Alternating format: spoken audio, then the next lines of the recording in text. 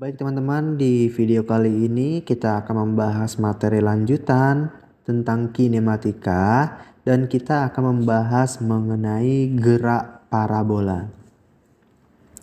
Jadi teman-teman, gerak parabola ini merupakan perpaduan antara gerak lurus beraturan GLB pada sumbu X dan gerak lurus berubah beraturan pada sumbu Y. Jadi teman-teman, pada gerak parabola pada sumbu X yang ini merupakan gerak lurus beraturan yang terjadi, dan pada sumbu Y ini merupakan gerak lurus berubah beraturan yang terjadi. Jadi konsep-konsep yang akan kita jelaskan ini merupakan poin-poin penting dalam kita memahami gerak parabola, teman-teman. Kemudian poin yang kedua, selama benda bergerak secara parabola hanya dipengaruhi oleh gaya gravitasi. Berarti ketika gerak parabola ini akan dipengaruhi dengan gravitasi ya. Nilai gravitasi 10 meter per second kuadrat. Oke, kita bahas dulu teman-teman pada sumbu X ya. Kedudukan pada sumbu X. Jadi di sini kalau kita misalkan ada suatu benda bergerak dengan kecepatan awal atau kecepatan mula-mula V0 ya, maka di sini akan terjadi vektor, teman-teman ya. Ini sudah kita bahas materi di vektor kemarin. Jadi vektor V0 ini ya, ini kan bekerja terhadap dua sumbu. Bekerja terhadap sumbu X yang kita katakan sebagai V0X. Kemudian V0 ini atau kecepatan mula-mula ini juga bekerja terhadap sumbu Y. Kita katakan sebagai V0Y. Oke, sekarang kita fokus ke sumbu X, teman-teman. V0X ya. Kita lihat di sini V0X ini sudutnya, sudut alfa ini kan dia lebih dekat ya, lebih dekat ke arah sumbu X ya. Bagaimana penjelasannya sudah kita bahas di materi vektor. Oleh karena itu V0X-nya ini sama dengan V0 cos alfa. Ya, penggunaannya sin dan cos. Bagi teman-teman yang belum paham, silahkan lihat pada materi vektor ya. Di situ sudah kita bahas semuanya secara detail. Oke, jadi V0X kita merupakan V0 cos alfa ya, karena sudutnya merupakan sudut dekat. Kemudian kita menggunakan konsep pada GLB bahwa untuk menentukan kecepatan ini sama dengan jarak dibagi waktu.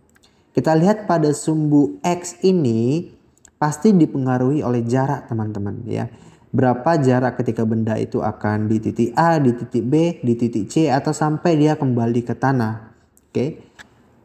Secara matematis kita tinggal pemindahan variabel ya. Berarti di sini X sama dengan V dikalikan T. Karena di sini kecepatan mula-mulanya adalah V0X, maka V di sini kita ganti menjadi V0X ya. Jadi persamaannya menjadi seperti ini. Oke, di mana tadi sudah kita tentukan bahwa V0X itu kan sama dengan V0 cos alfa. Ya, kecepatan pada sumbu X itu sama dengan kecepatan mula-mula X-nya ya, sama dengan kecepatan mula-mula dikalikan cos alfa ya, teman-teman.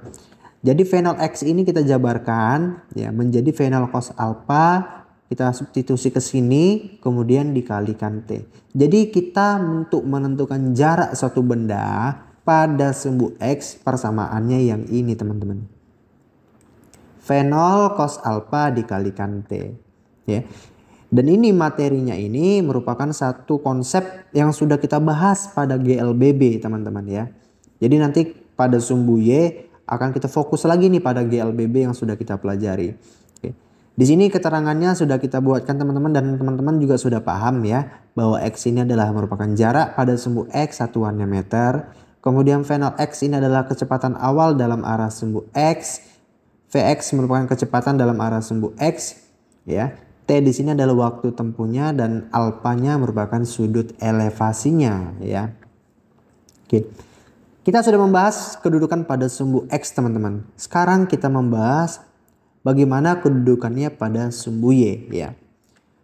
Persamaannya dan konsepnya, teman-teman, itu sama ya. Kalau kecepatan mula-mula ini ya kita buat seperti yang tadi, yang ini merupakan V0 X yang nilainya adalah V0 cos alpha karena sudutnya lebih dekat. Kemudian kalau untuk V0 Y berarti V0 benar ya, V0 sin alpha karena sudutnya kan jauh. Ya, V0 sin alpha. Oleh karena itu V0 Y-nya itu sama dengan V0 sin alpha. Ini yang teman harus dipahami ya. Konsep-konsep kita pada vektor itu masih tetap kita pelajari atau kita bahas di materi berikutnya.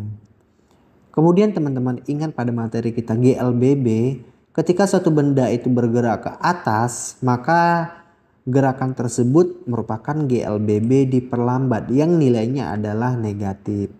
Karena arah gravitasi dengan arah benda itu berkebalikan ya, berbalik. Arah dari bendanya ke atas, arah gravitasinya ke bawah. Yes. Jadi merupakan GLBB diperlambat. Oke, yang ini persamaan yang satu, ya ini persamaan yang satu, yang ini persamaan yang kedua, yang ini persamaan yang ketiga. Ini kan merupakan persamaan pada GLBB diperlambat yang sudah kita bahas teman-teman. Jadi tinggal kita mengganti komponen pada kecepatan mula-mulanya menjadi pada sumbu Y ya, berarti V0 Y kuadrat gitu teman-teman. Sementara dari persamaan kita dari vektor, V0 Y ini merupakan V0 sin alpha. Sehingga persamaan yang 1, 2, 3 ini tinggal kita ganti. V0 Y ini merupakan V0 sin alpha ya. Berarti V0 sin alpha dikurang G kali T. Kemudian V0 sin alpha dikalikan T dikurang setengah GT kuadrat. V0 Y merupakan V0 kuadrat sin kuadrat alpha ya. Jadi V0 Y ini V0 sin kuadrat alpha ya. Ini kita kuadratkan ya. V0 Y itu kan V0 sin alpha ya. Yang ini kita kuadratkan. Kalau kita kuadratkan kan berarti V0-nya kuadrat, sinnya kuadrat ya. Sin alpha ini jadi di sini kuadratnya teman-teman. Sin kuadrat alpha dikurang 2GY. Y ini adalah ketinggian atau jarak pada arah vertikal. Dan ini sudah kita bahas pada materi sebelumnya. Jadi konsep kita pada gerak parabola itu masih dari GLBB teman-teman. Jadi harus konsepnya kuat pada GLBB ya.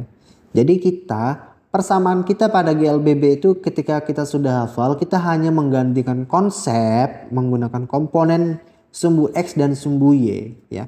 Di sini konsep kita adalah bahwa fokusnya kedudukan pada sumbu Y. V0 Y ini adalah V0 sin alpha. Kita hanya merubah kecepatan mula-mulanya saja teman-teman.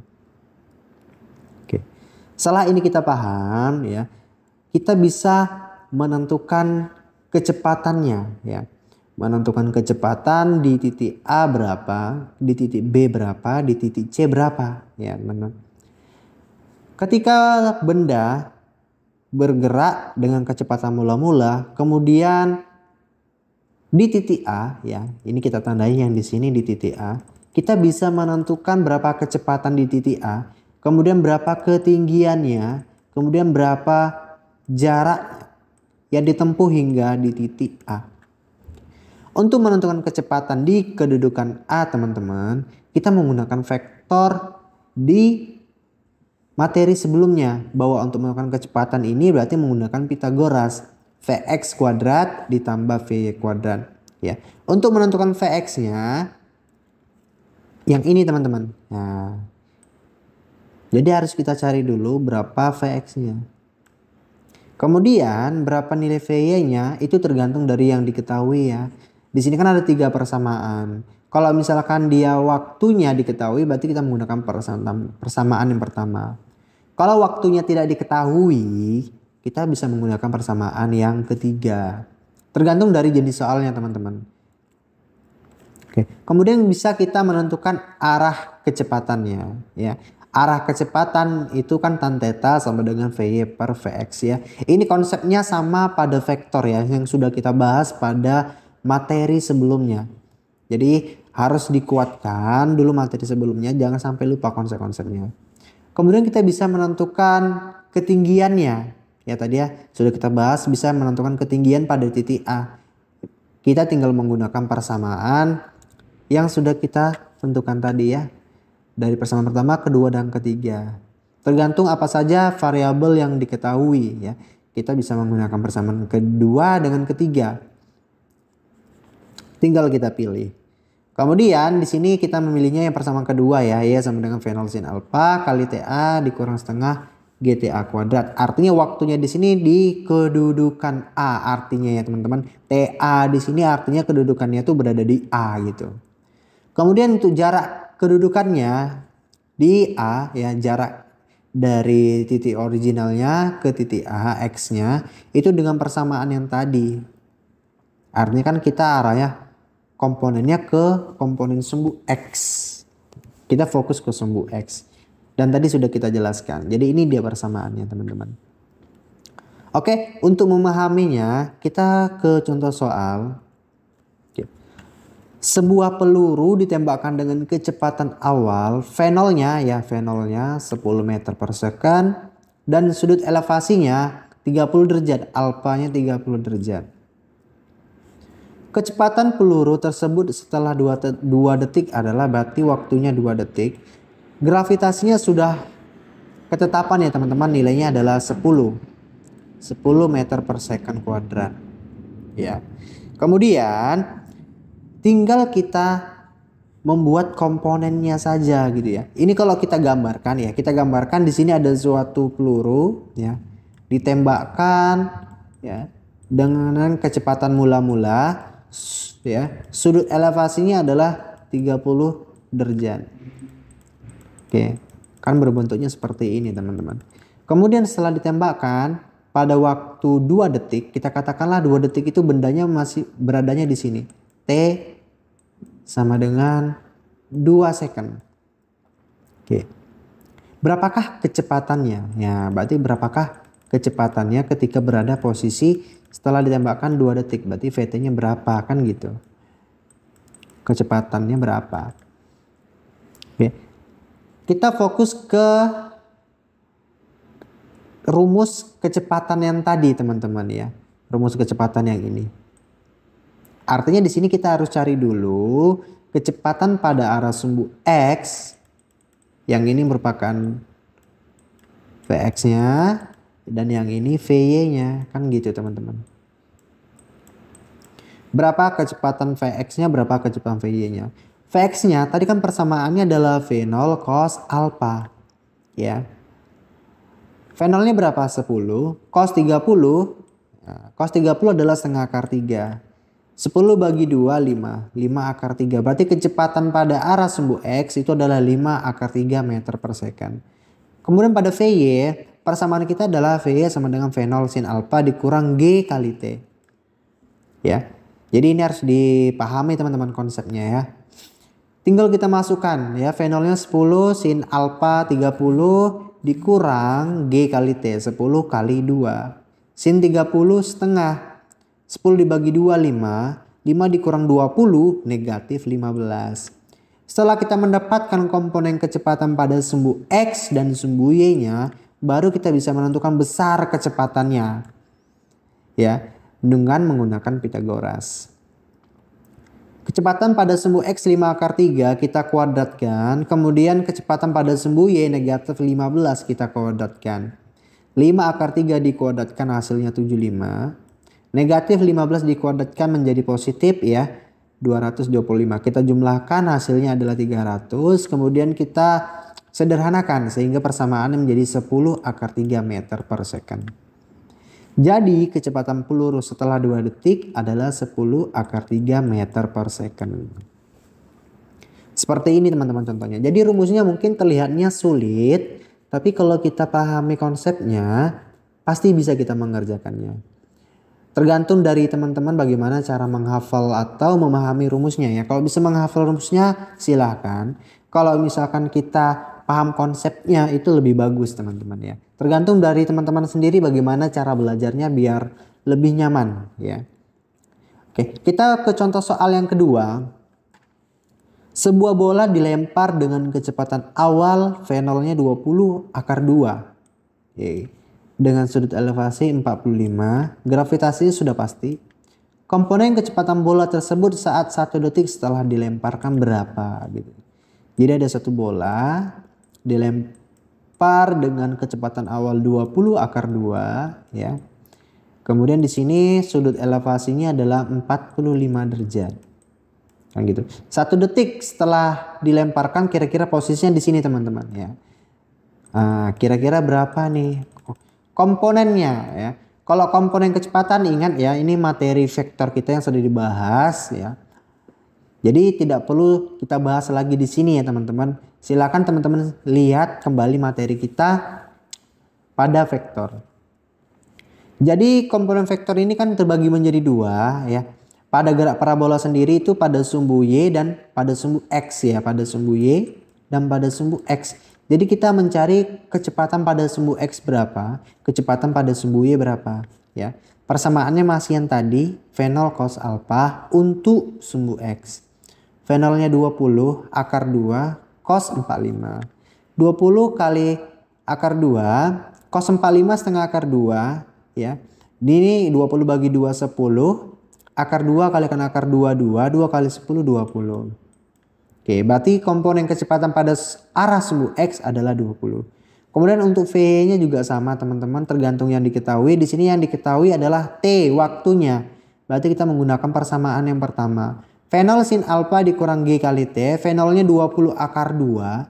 Sin 45 sama ya. Sin 45 itu setengah akar 2. Di sini 45. Ya, dikurang gravitasi 10 waktunya 1. Sin 45 sama setengah akar 2. Ya, berarti ini 20 bagi 2 10 20 ya di sini ya. 20 dikurang 10 10. Berarti kecepatan pada arah sumbu Y adalah 10. Ya. Tetapi ketika kita yang ditanya adalah komponen kecepatannya, jadi di sini kita buat arah vektor satuannya teman-teman ya. Pada materi sebelumnya sudah kita bahas X, Y. Vektor satuan pada sumbu X itu adalah I. Vektor satuan pada sumbu Y itu adalah J ya. Jadi silakan teman-teman lihat pada video sebelumnya kalau belum paham. Berarti kan persamaannya seperti ini. Berarti V sama dengan Vx I ya. Vektor satuan I ditambah kecepatan pada arah sumbu Y dengan vektor satuan J. Hasilnya tadi tinggal kita masukkan ya, berarti 20I ditambah 10J. Jadi masih bisa dipahami ya teman-teman, tidak terlalu sulit kalau kita sudah paham konsepnya. Baik teman-teman, materi kita pada gerak melingkar, gerak parabola, bagian yang pertama cukup sampai di sini. Mungkin pada video sebelumnya kita tetap masih membahas gerak parabola tentang kedudukannya mungkin teman-teman, kedudukan titik terjauh, titik terdekat ya, waktu terjauh atau waktu tertingginya untuk mencapai suatu benda. Oke, mungkin cukup sampai di sini materi kita. Sekian, terima kasih. And a sexy body full of tats. Baby's bad, oh baby's hella bad. After her there ain't no coming back. Wanna take a run at that. I think she's feeling me. Turn it up a few degrees. My imagination of her body gets the best of me. Oh gosh.